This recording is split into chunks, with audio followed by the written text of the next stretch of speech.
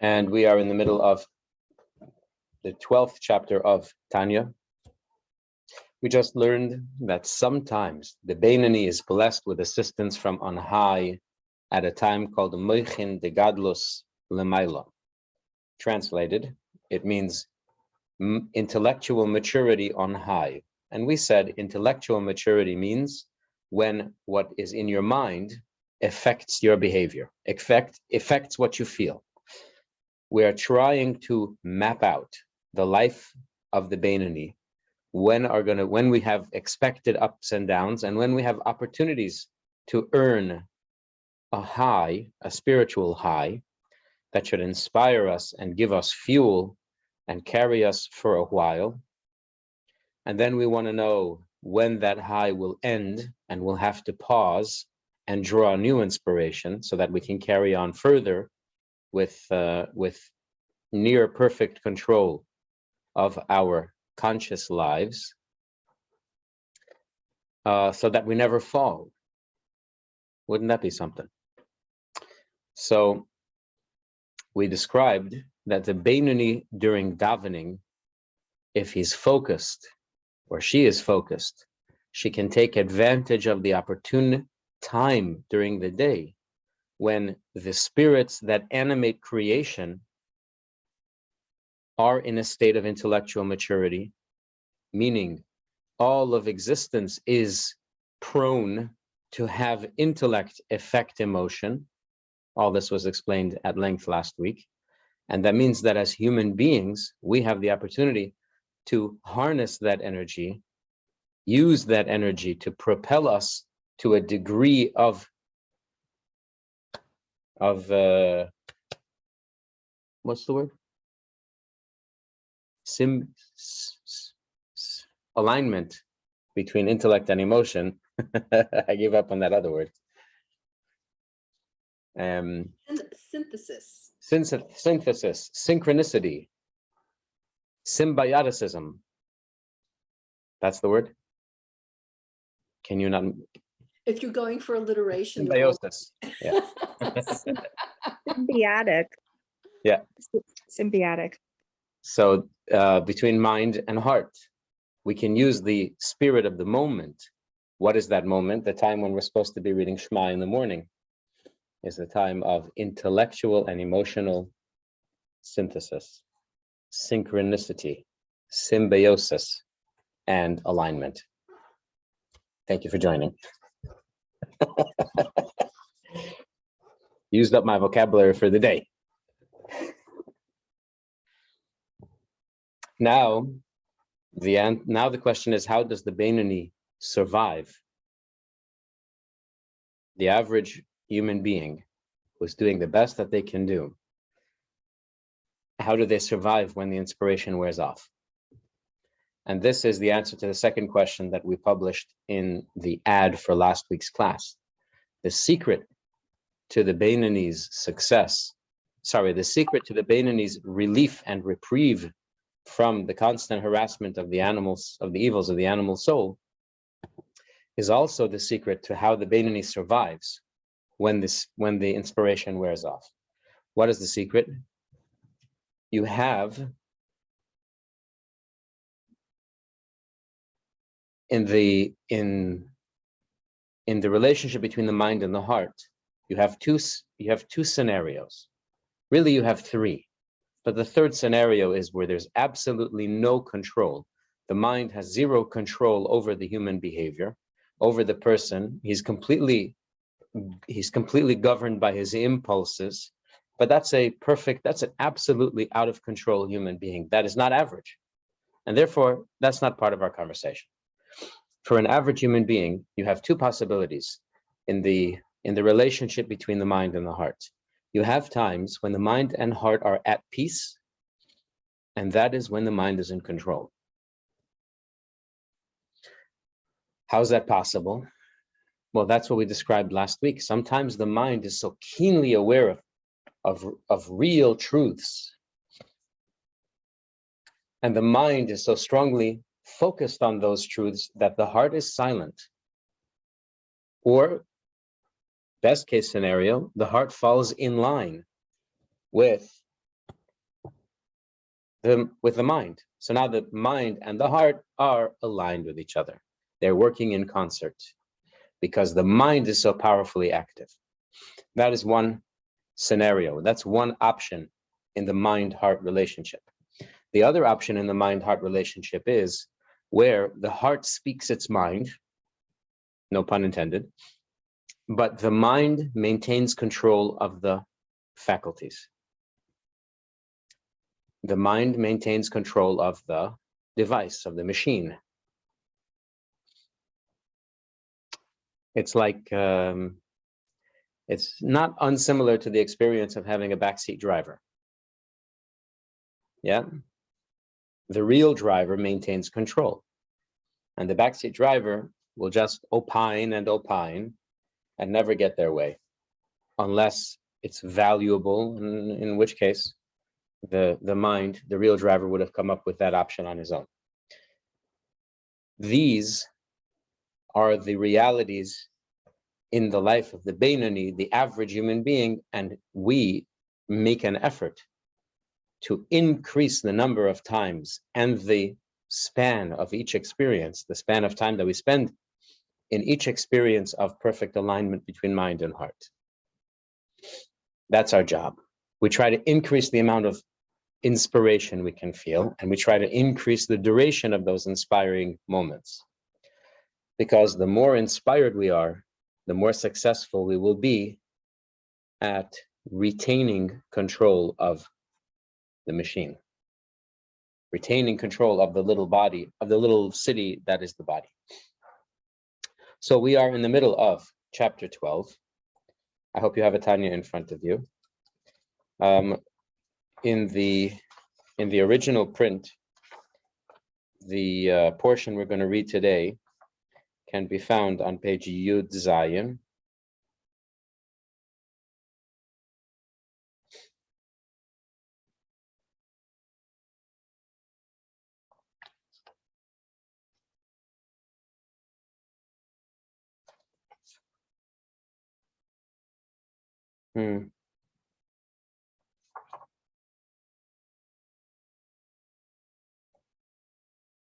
Does anybody have the original print? If I told you where you would find it, and would it help anybody? Oh yeah, okay, cool.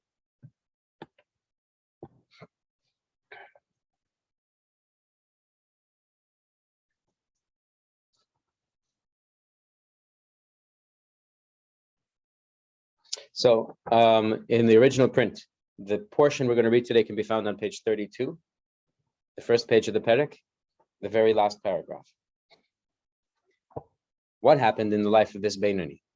The Beinoni davened in the proper time, with the proper intention and the proper attention, and with Hashem's help, experienced the desired outcome of inspired commitment to Hashem to such a degree that the heart falls in line, and that the heart also at least is silent, if not, best case scenario, even gets a little excited over the idea of a connection with Hashem.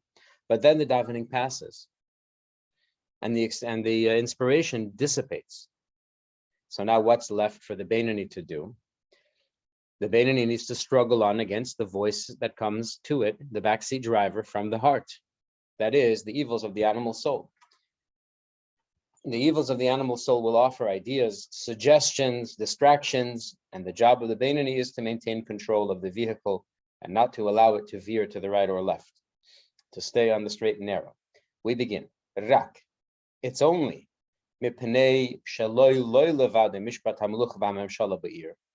only due to the fact that, just as we said earlier, the divine soul does not have exclusive power and control, rulership and leadership over the body, the small city.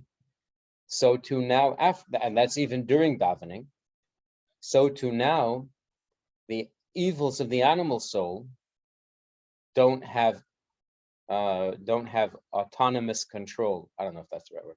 Don't have soul control over the body. And because the divine soul doesn't have soul control of the body, therefore you cannot call this person a tzaddik, because he is still susceptible to the follies of the animal soul. And in the contrary is also true. because the animal soul doesn't have absolute soul control over the body. Therefore, as much as it will offer its opinion and as much as it will request its desires, the Beinani, the average human being who's just doing the best that they can do, is capable of overcoming the folly and the confusion and the distractions offered by the evils of the animal soul on a consistent basis. Because,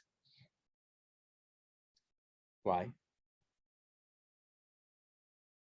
Because they battle hard and they fight on even in the dark of night. Yeah, Papa. No, that's not why. Says the Alter Rebbe, this is why. The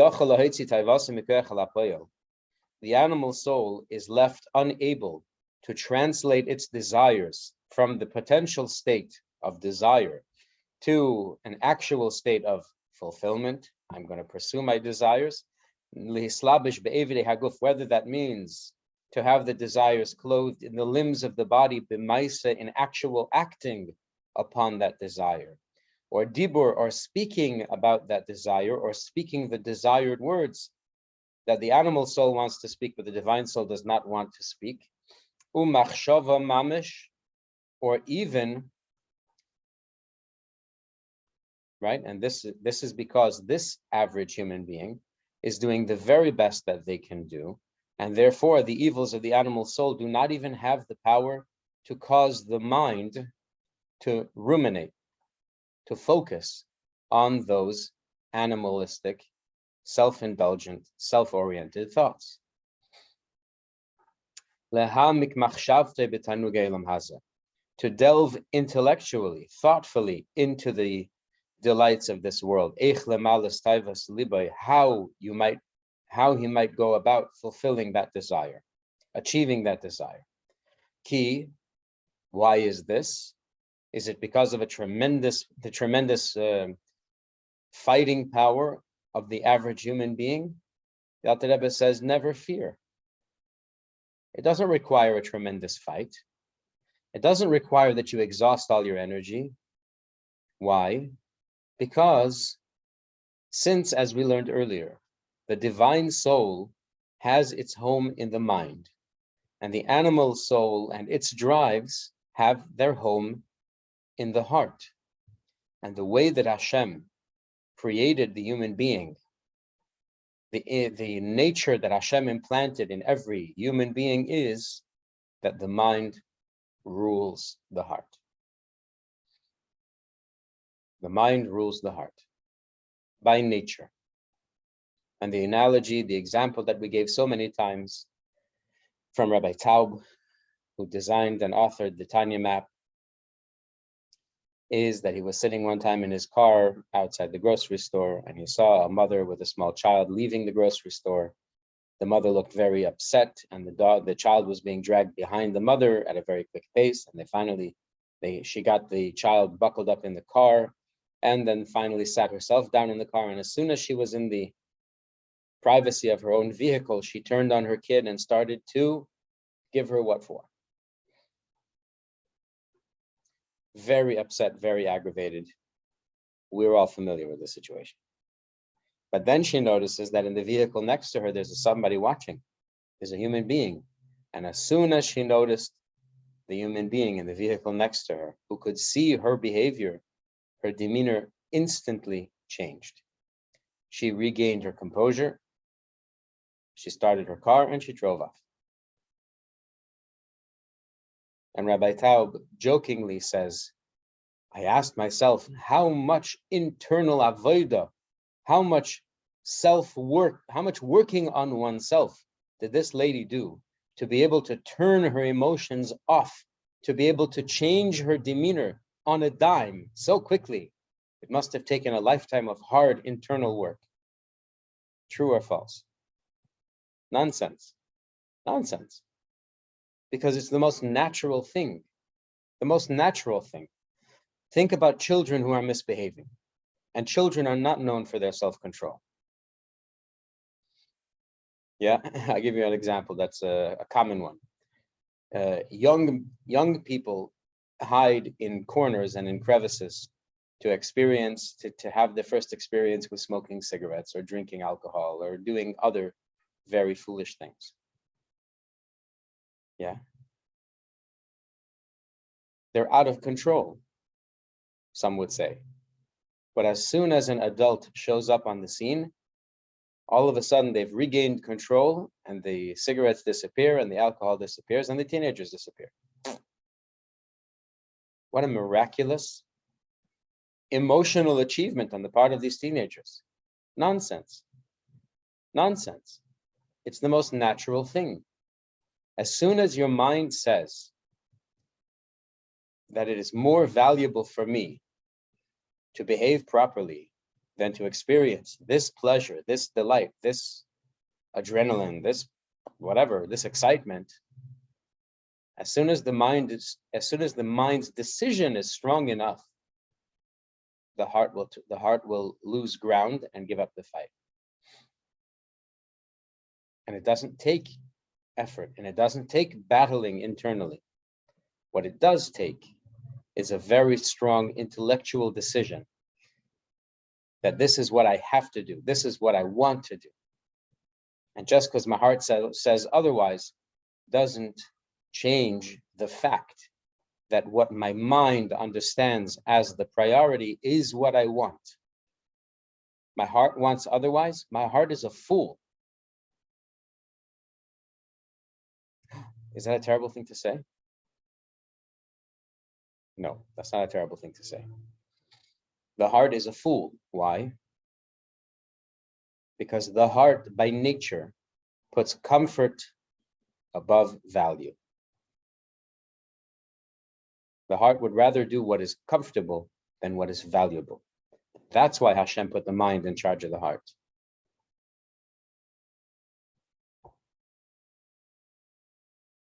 The good news that we learned here from the Alter Rebbe is that to be on our best behavior does not require tremendous energy all day long.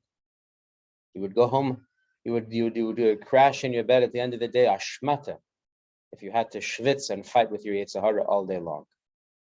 The Alter Rebbe says it's not a terrible fight. It requires a powerful decision, a powerful intellectual decision. And when is the best time to make that decision? In moments of inspiration. When your mind is so powerfully focused on the beauty and wonder of Hashem and of having a connection to Him, that is the time to make the very powerful decision that this is what I want. This is what I'm going to do.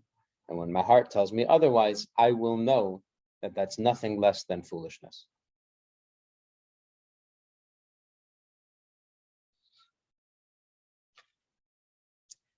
Quoting from the Zohar, Ki hamoyach shalit al halev b'toldasoi v'teva yitzirasoi, because the mind rules over the heart by birth and by the nature with which it was created. As it says in Zohar Parshas Pinchas, that the mind is the rider and the heart is the horse, technically. And whatever the rider says to do is what the horse is going to have to do. What we mean is, this is how Hashem created human beings from the moment of their birth. Shekol adam yochel, that each and every person is capable, using the willpower in his mind, to wrestle, and to gain control of the spirit of lust in his or her heart. Not necessarily not to lust. Not every person has the capacity to turn off the desire machine. Not every person has the capacity to turn off the lusting machine. But every person has the capacity to prevent their desires from translating into negative behavior, from translating into even negative speech, and even in a very successful case, negative thoughts. This is something that people are surprised to hear. We who have been learning Hasidus for a long time, we're not surprised at all, because we know that this is what's demanded of us. However, there is a detail that needs to be clarified. And that detail is the evils of the animal soul will shoot thoughts into your mind. Spontaneous thoughts, the Rebbe will say so. Thoughts spontaneously arrive in our minds, and they're not good. It says the Alter Rebbe, the successful average human being pushes away those thoughts with both hands. Question is, how quickly? And the answer is immediately. And the question is, you cannot scientifically measure immediately.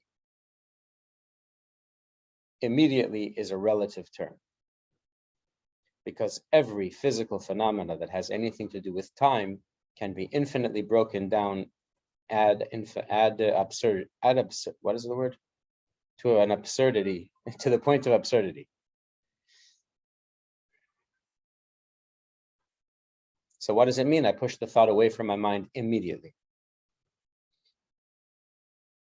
How do I know if I have transgressed the prohibition against entertaining forbidden thoughts?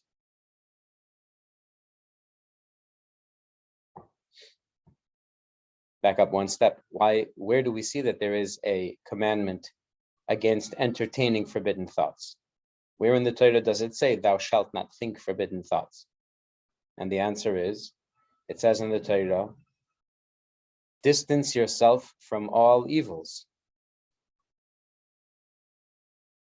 And that is a reference to evil thoughts.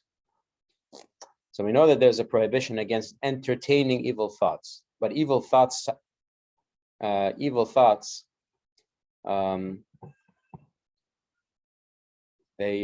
shoot into the mind instantaneously, automatically from the heart.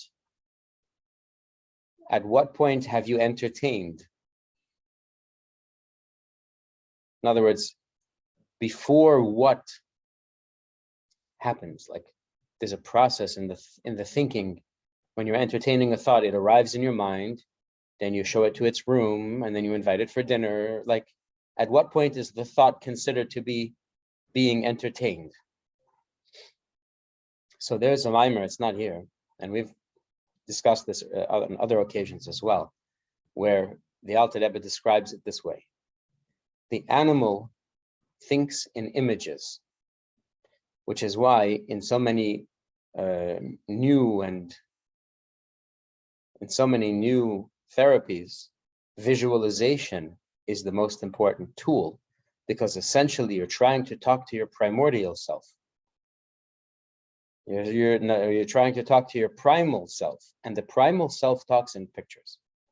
The primal self doesn't talk in theory, in English. So if you want to communicate with your primal self, you need to present your primal self with pictures, images. Envision yourself being happy. Envision yourself being successful. Envision yourself on the big island of Hawaii. These are important things in life. So when the Beinoni wants to know, have I entertained a thought to a forbidden extent, the way to measure is, have I described the image to myself? Have I assigned language to the image that was pushed into my mind by the animal soul? Because the evils of the animal soul can push images. The brain will describe the image, and that is called entertaining the thought. If, on the other hand, as soon as the person realizes that this thought is junk, as soon as the person realizes that this thought is spam, as soon as the person realizes that this thought comes from the evils of the animal soul, he deletes it from his mind, or at least pushes it away into the trash folder, if we're using the analogy of emails. Yeah, because we get so much junk in our emails, and sometimes it's obvious. We don't even open the email. We select and trash before we even opened it. It's perfect. Sometimes we see it's an important email, something about our health, something about our finances. So we open and we entertain and we study honestly and earnestly, because that's what a human being has to do. It came from the animal soul, sure enough, but there's nothing evil about it. Not everything from the animal soul is evil. There are evils of the animal soul that pushes evil. The animal soul itself often is pushing important things, so you have to check. If it's about health and finance and education and so on, so you open it up and you deal with it, and then you go back to holiness. But sometimes the animal soul, the evils of the animal soul will confuse you. And the subject on the email looks important. I got an email yesterday from a name that I didn't recognize, and the subject on the email was, "Is this your real email? Please confirm." And I had to do a double take. I said, wait a minute, that sounds like something I ought to take care of. But it took a second look. I didn't open the email. I trashed it. I hope if that person needs to get a hold of me, they'll send me another email saying, please respond, whatever. In the mind there's a similar dynamic. The animal soul is going to send you information. It's going to send you updates. It's going to send you memos. And it's up to the human being. It's up to the smart human being, the self-aware human being, to identify the character of each memo. Is it something valuable, or is it something junky? If it's junk, trash it right away. If you open it, what happens? Best case scenario, it's harmless junk and it's a waste of time and a distraction from your purpose. Worst case scenario, the junk from that email bleeds across all your systems and drains you of energy and memory and capacity to work efficiently in your service of Hashem. And that turns out to be a very, very unfortunate encounter with the evils of your animal soul. The magic of the Beinoni is that because of a lot of practice over many years, the Beinoni has learned not to fall for the catchy email subject lines and is able to identify every time successfully which memos from the animal soul are valuable and have to be dealt with, and which have to be discarded immediately. A human being has this capacity.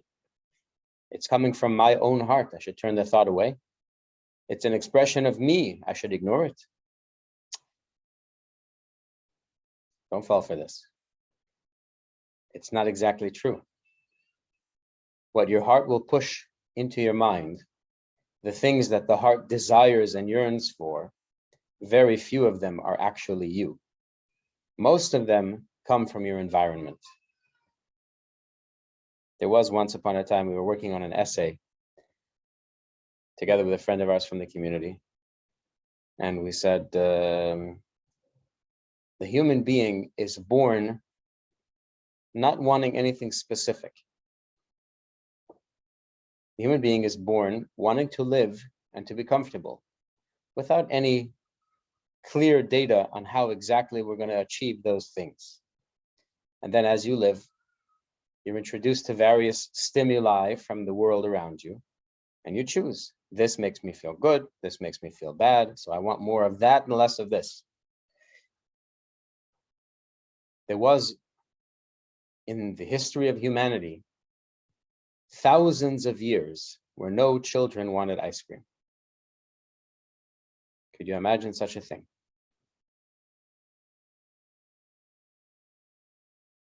And the answer, of course, is there was no ice cream.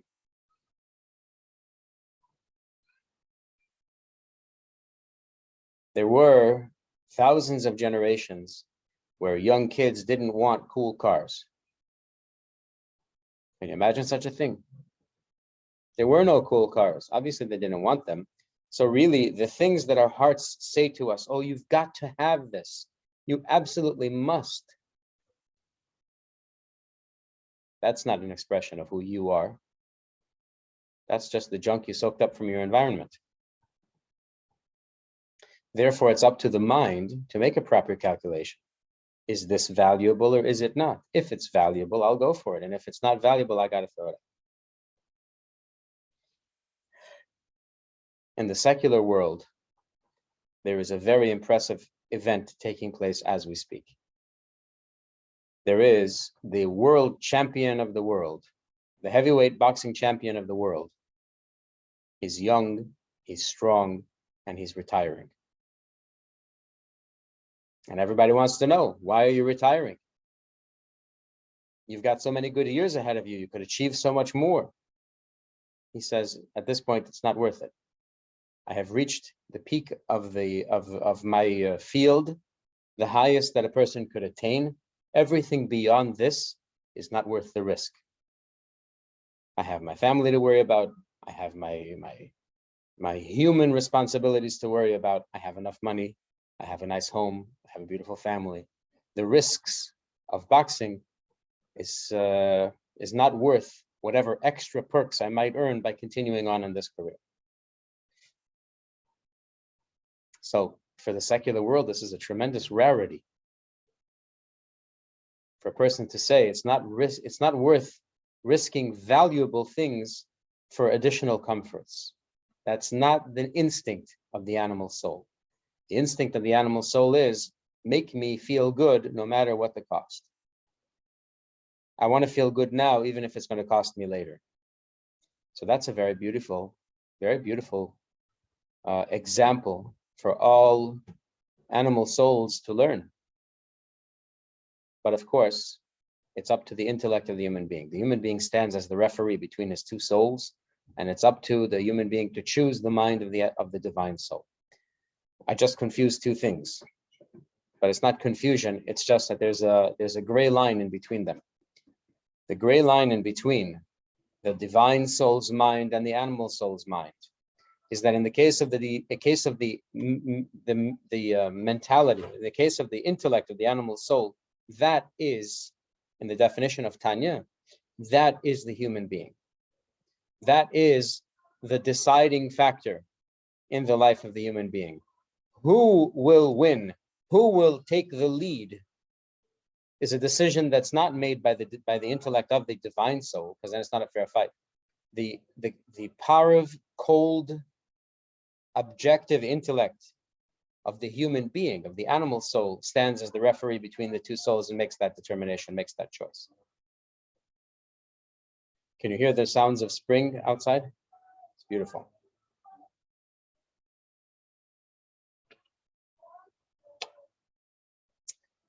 Hashem gave the power to this referee,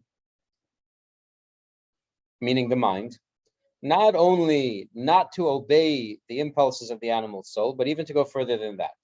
We have the capacity to divert our minds completely from the thoughts that are evil from the animal soul. For example, let's say a person is upset at another person, and the person is thinking, oh boy, I'm gonna one time by Fabringen in a yeshiva not far from here, somebody said something to another, one of the young people said something to one of the rabbis, and the rabbi was a young rabbi, and he became quite disturbed and quite upset, and he says, I'm gonna make your shirt dirty. Because violence is not an option, but so angry. It's very cute. So the person is very angry at another person, and he's thinking to himself, oh, I'm so angry, I have to make his shirt dirty. A person is 100% capable of removing that thought from his mind.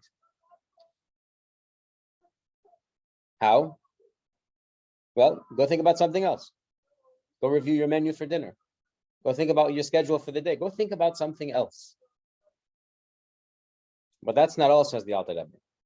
Hashem has given the power to the mind that you could even think the opposite of what you are naturally inclined to think. So let's say one person angers another person, and now they're angry at each other. And the one who's very angry is saying, oh, I'm going to make his shirt dirty. He's capable of thinking to himself, you know what?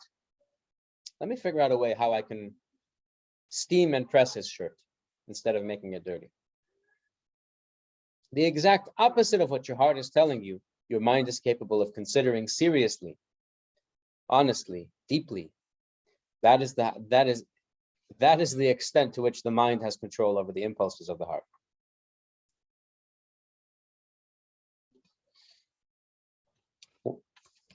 But there's another level that the Alter Rebbe suggests that might be more helpful, and that is if we're vacillating between making his shirt dirty and steaming and pressing his shirt, we're still dealing with a physical. Says the Alter Rebbe, your mind has the capacity to change the subject to such a degree that you're not even discussing anything physical anymore. Now you're discussing spiritual things. For example, you can say, let me think about something holy in the midst of my obsession with the feeling of discomfort that I have physically, or the feeling of upset that I have physically. Let me switch and think about something holy, something about Torah, something about mitzvahs, the beauty of a Jewish soul. And that, says the Alter Rebbe, is exceptionally valuable. Why? And he quotes, Kidduch Siv, as it says in the pasuk from Koheles, V'ra'isi, I have seen sheyash Yisrael lachachma, that there is an advantage to wisdom min hasichlos, over foolishness. How is the advantage? Ki Yisrael ha'oir min ha'cheshach, the same way that light has an advantage over darkness. What's the Alter Rebbe telling us? So two things. First of all, wisdom is more valuable than foolishness. For that, I need a pasuk in Torah. This I need the wisest of all men to tell me that wisdom is more valuable than foolishness. That's not what the wisest of all men are telling me. Koheles was written by Shlomo HaMelech, the wisest of all men, and he is telling you this: the manner, the character of this advantage, the advantage that light has over darkness, the characteristic of that advantage is such that when you bring light into a dark room, there isn't a struggle between the light and the dark. As soon as the light enters the room, the dark dissipates. Same thing with wisdom and foolishness.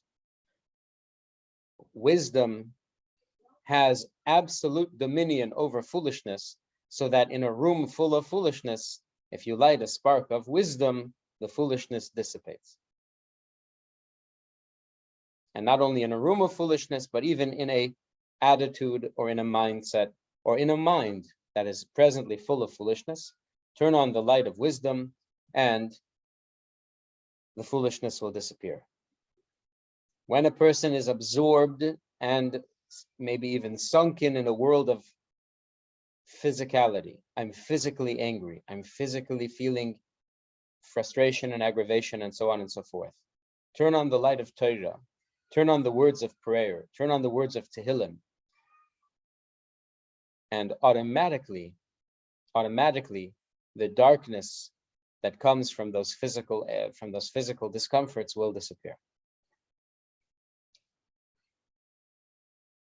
That is not to say that those physical feelings are not true.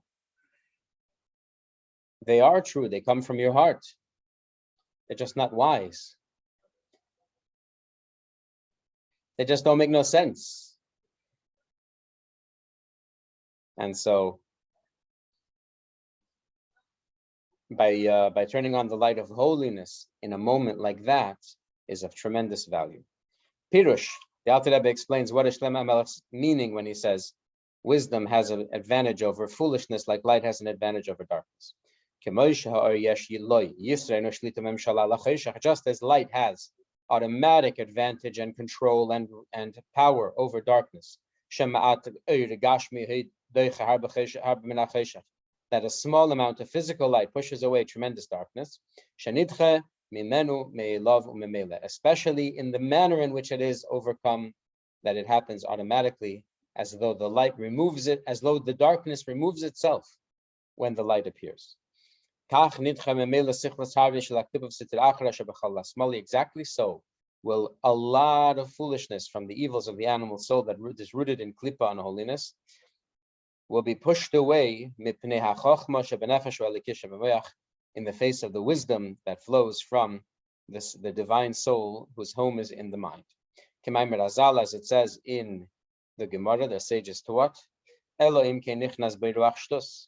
every evil activity and every evil impulse and every unsavory characteristic within a human being is entertained by the human being only because of outright foolishness. What is this outright foolishness? The Alter Rebbe will really explain this at length later.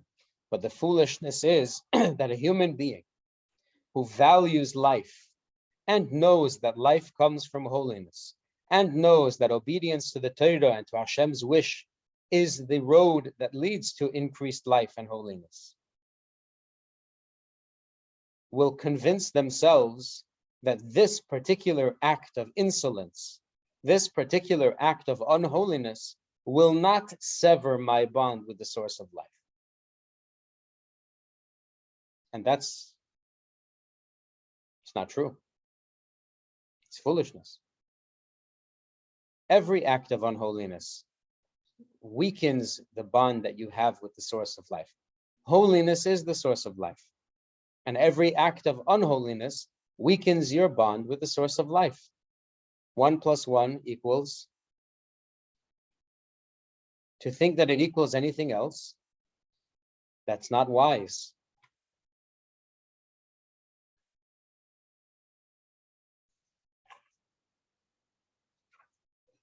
Asher etzeino limsho levada bo'ir l'hislabish b'shlesh levusha hanal b'cholag of kuli kanal shemachshav d'biramesh l'dagmit tzatzer kanal. What is the wisdom that stems from the divine soul that is in the mind? Namely, the desire that the entire body and the entire conscious life of the human being should be devoted to important things, valuable things, truthful things, purposeful things, namely the study of Torah, the fulfillment of Hashem's mitzvahs, care for a fellow Jew, care for a fellow human being, and making the world a proper holy place where it's pleasant to live, and a proper holy place where Hashem will even rest his presence. That is the wisdom of the divine soul saying, stay focused. Don't get distracted.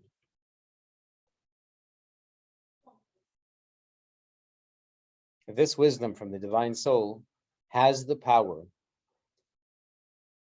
to overcome all the distractions that come to the average human being from the evils of the animal soul. Naturally, there is no reason for a human being to say about themselves, I am incapable of retaining control over myself. It's not a true statement. And that's the most important message that the Rebbe is giving us in this section. The fact of your very nature is that your mind has every power, that your mind retains the power in every situation, and all it takes is clarity of vision, clear decision, and strong will. All it takes. And that's why we learn so much Torah and read so much Tehillim and daven so much with so much concentration, so that we can give ourselves each and every morning a running start towards clarity and towards appreciation of what's important, so that throughout the day, when we are subjecting ourselves to the influence of the animal soul, because we have to live, we have to eat, sleep, interact with other human beings, do some business. All of these are in the area of the animal soul. They're all under the purview of the animal soul. So we will interact with the animal soul. In order to defend ourselves from the foolishness that comes from the evils of the animal soul, we invest so much time in achieving a strong sense of inspiration in the morning before we get our day started. And that helps us to carry all the way through till the end as a Beinoni, meaning the optimal human being. There is nothing better in the eyes of Hashem than the average human being who is successful all the time.